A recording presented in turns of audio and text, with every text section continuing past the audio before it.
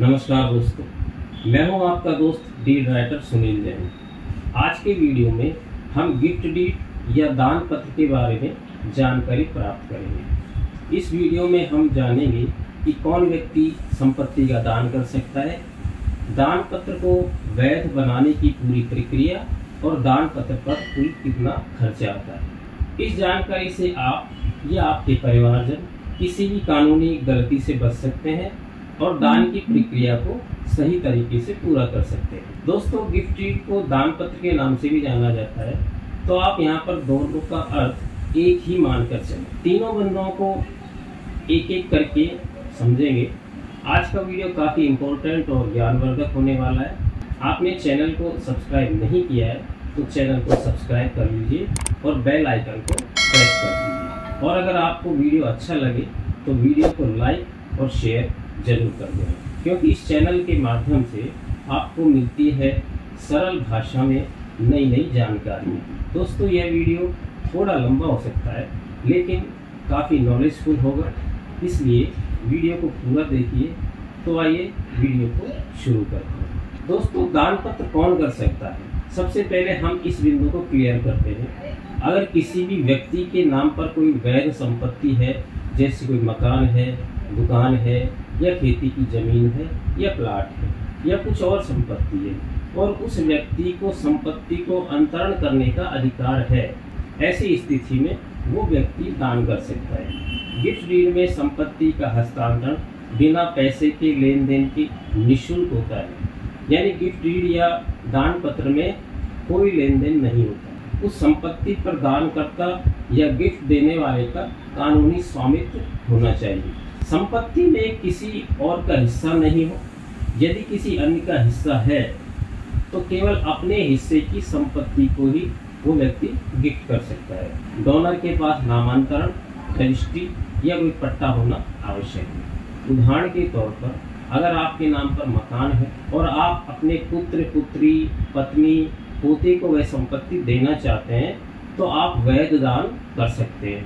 लेकिन संपत्ति अगर किसी विवाद में है या केवल किराएदारी अधिकार है तो आप संपत्ति दान नहीं कर सकते। साथ ही दानकर्ता वयस्क, मानसिक रूप से स्वस्थ और सक्षम होना चाहिए। दान देने में कोई दबाव, धोखाधड़ी या लालच नहीं होना चाहिए। डोनर की इच्छा स्वतः और स्वतंत्र होनी चाहिए। जिसको दान दिया गया है उसे भी दान स्वीकार होना चाहिए।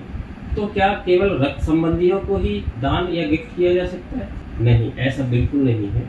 दान पत्र किसी भी व्यक्ति के पक्ष में किया जा सकता है, केवल इसमें लगने वाली स्टाम्प ड्यूटी में थोड़ा अंतर आ जाता है। गिफ्ट डीड को ऑनलाइन फीड करने का एक वीडियो मेरे चैनल पर मौजूद है, आप चाहें तो ये वाला वीडियो देख सकते हैं। दूसरा सबसे महत्वपूर्ण बिंदु है कि दान पत्र कैसे तैयार किया जाता है।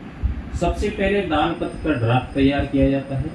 आप किसी वकील या दस्तावेज लेखक से ये ड्राफ्ट तैयार करा सकते हैं। इसमें दानदाता, दानग्राही या डोनर और डोनी का पूर्ण विवरण होता है। संपत्ति का विवरण, उद्देश्य और अन्य शर्तें स्पष्ट रूप से लिखी जाती है, जिसमें दान ग्रहीता को भी दान सहर्ष स्वीकार होना चाहिए। साथ ही 2 गवाहों का होना भी जरूरी है। दान पत्र को वैध बनाने के लिए आपको निर्धारित स्टाम्प शुल्क और रजिस्ट्रेशन शुल्क भरना होता है। ये शुल्क हर स्टेट में अलग अलग होते हैं। इस पर हम वीडियो के अगले भाग में चर्चा करेंगे। दान पत्र का रजिस्ट्रेशन जरूरी है, अर्थात अपने क्षेत्र के उपपंजीयक कार्यालय में जाकर दान पत्र का पंजीयन करवाना चाहिए। जब आप तैयार दस्तावेज को लेकर जाते हैं तो सब रजिस्ट्रार कार्यालय में दानदाता, दानग्राही और 2 गवाहों की उपस्थिति होना आवश्यक है, जिनके पहचान पत्र भी साथ में होने चाहिए। रजिस्ट्रेशन के दौरान सभी पक्षों को दस्तावेज पर हस्ताक्षर करने होते हैं। ऑनलाइन फोटो और फिंगरप्रिंट लिए जाते हैं। दस्तावेज का डिजिटल स्कैन रजिस्ट्रार ऑफिस द्वारा किया जाता है। उसके बाद आपको एक रजिस्टर्ड कॉपी मिलती है, जिसे बाद में आप राजस्व रिकॉर्ड में भी अपडेट करवा सकते हैं। दोस्तों, लोगों के द्वारा कई बार संपत्ति दान तो कर दी जाती है, लेकिन उसके संबंध में केवल स्टाम्प पर लिखकर खानापूर्ति कर ली जाती है, तो इस प्रकार का दान कानून में मान्य नहीं है। तो अगर आप दान या गिफ्ट कर रहे हैं तो उपपंजीयक कार्यालय में जाकर उसका रजिस्ट्रेशन करवाना चाहिए। तीसरा महत्वपूर्ण बिंदु है कि दान पत्र या गिफ्ट डीड में खर्चा कितना आता है? तो देखिए यह अलग अलग स्टेट में वहाँ की राज्य सरकारों द्वारा निर्धारित की गई स्टाम्प ड्यूटी और रजिस्ट्रेशन फीस पर निर्भर करता है, क्योंकि रजिस्ट्रेशन राज्य सरकारों का विषय है। यदि आप रक्त संबंधियों के अलावा किसी अन्य व्यक्ति को दान या गिफ्ट करते हैं तो उतना ही खर्चा आता है जितना कि एक सेल डील में आता है, लेकिन रक्त संबंधी होने पर इसमें काफ़ी छूट मिलती है। अगर मैं राजस्थान की बात करूं तो राजस्थान सरकार ने दान पत्र पर लगने वाले स्टाम्प शुल्क और अन्य शुल्कों को पारिवारिक और गैर पारिवारिक दान के आधार पर अलग अलग किया है। राजस्थान में गैर पारिवारिक दान में 6% स्टाम्प शुल्क पर 30% सरचार्ज और 1% रजिस्ट्रेशन फीस लगती है, यानी कुल 8.8% का खर्चा आता है।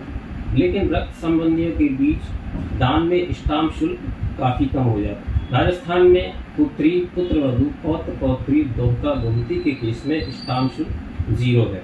पति द्वारा पत्नी को गिफ्ट देने पर स्टाम्प फीस 0 होने के साथ साथ रजिस्ट्रेशन फीस भी अधिकतम 1000 रुपये लगती है। कुल मिलाकर 1300 रुपये में दान पत्र रजिस्टर्ड हो जाता है। भाई बहन, पति और 60 वर्ष तक की उम्र के माता पिता को गिफ्ट में 2.5% स्टाम्प ड्यूटी लगती है, लेकिन यदि माता पिता की उम्र 60 साल से अधिक है तो कोई भी स्टाम्प ड्यूटी नहीं लगती। यदि दान ग्रहीता विडो है तो देवर, जेठ, ननद, भाई बहन, पुत्र पुत्री के द्वारा गिफ्ट करने पर स्टाम्प शुल्क 0 लगता है। यदि 70 साल तक की उम्र के माता पिता अपने पुत्र को दान करते हैं तो स्टाम्प शुल्क 2.5% लगेगा, लेकिन यदि माता पिता की उम्र 70 साल से ज़्यादा है तो कोई स्टाम्प शुल्क नहीं लगता। यहाँ यह जानना महत्वपूर्ण है कि राजस्थान में स्टाम्प ड्यूटी के अलावा स्टाम्प ड्यूटी पर 30% सरचार्ज और कुल वैल्यू पर 1% रजिस्ट्रेशन फीस सरकार द्वारा सभी केसों में वसूली जाती है और 300 रुपये CSI फीस लगती है।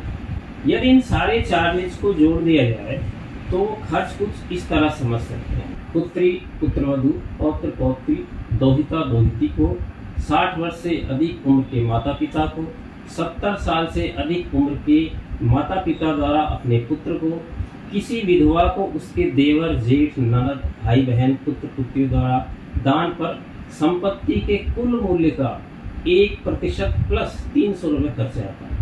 पत्नी को गिफ्ट में अधिकतम 1000 प्लस 300 रुपये खर्चा आता है।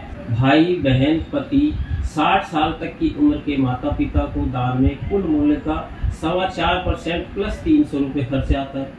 70 साल तक की उम्र के माता पिता द्वारा अपने पुत्र को दान में कुल मूल्य का 4.25% प्लस 300 रुपये का खर्चा आता है। इन चार्जेज में समय समय पर बदलाव होता रहता है, इसलिए जब भी आप गिफ्ट डीड करवाएं तो रजिस्ट्रेशन एंड स्टाम्प डिपार्टमेंट की वेबसाइट जरूर चेक कर लें। इस सरकारी फीस के अलावा गिफ्ट डीड तैयार करने वाले एडवोकेट या डीड राइटर अपना मेहनताना लेता है, जिसे आप अपने स्तर तक आपस में तय कर सकते हैं। इसमें ड्राफ्ट तैयार करना, ऑनलाइन फीडिंग, फोटोकॉपी आदि के चार्ज शामिल होते हैं। अब आता है संपत्ति का मूल्यांकन। स्टाम्प ड्यूटी और रजिस्ट्रेशन फीस प्रॉपर्टी की वैल्यू पर वसूल की जाती है, जो सरकार द्वारा पूर्व निर्धारित होती है। इस पूर्व निर्धारित मूल्य को हर स्टेट में अलग अलग नामों से जाना जाता है, जैसे कहीं पर इसको DLC रेट, कहीं पर सर्किल रेट, कहीं पर गाइडलाइन वैल्यू, तो कहीं पर कलेक्टर रेट कहा जाता है। उद्देश्य सभी का एक होता है, संपत्ति की मिनिमम वैल्यू की गणना करना। ये रेट आपको अपने राज्य के रजिस्ट्रेशन डिपार्टमेंट की वेबसाइट पर मिल जाएंगे। अगर आप अपनी संपत्ति की DLC रेट, सर्किल रेट या गाइडलाइन देखना चाहते हैं तो इसके लिए मैंने एक अलग से वीडियो बना रखा है। आप ऊपर आई बटन पर क्लिक करके इस वीडियो को देख सकते हैं, या फिर इस वीडियो के डिस्क्रिप्शन में आपको उस वीडियो का लिंक मिल जाएगा। आइए एक उदाहरण से समझते हैं कि संपत्ति की वैल्यू और उस पर लगने वाली स्टाम्प ड्यूटी और रजिस्ट्रेशन फीस कैसे निकाली जाती है।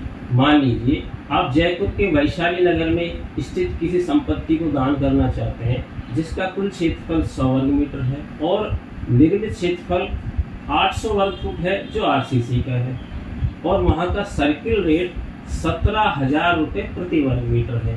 तो उसकी गणना इस प्रकार की है। 100 वर्ग मीटर गुना 17,000 रुपये यानी कि 17 लाख रुपये भूमि का मूल्य होगा। 800 वर्ग फीट गुना 1200 रुपये यानी 9,60,000 रुपये निर्माण का मूल्य हो गया।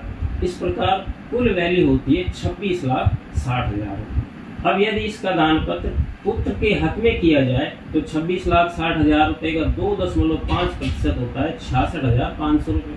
66,500 रुपये पर 30% सरचार्ज होता है 19,950 रुपये और कुल मूल्य 26,60,000 रुपये पर 1% रजिस्ट्रेशन फीस होती है 26,600 रुपये और 300 रुपये CSI की।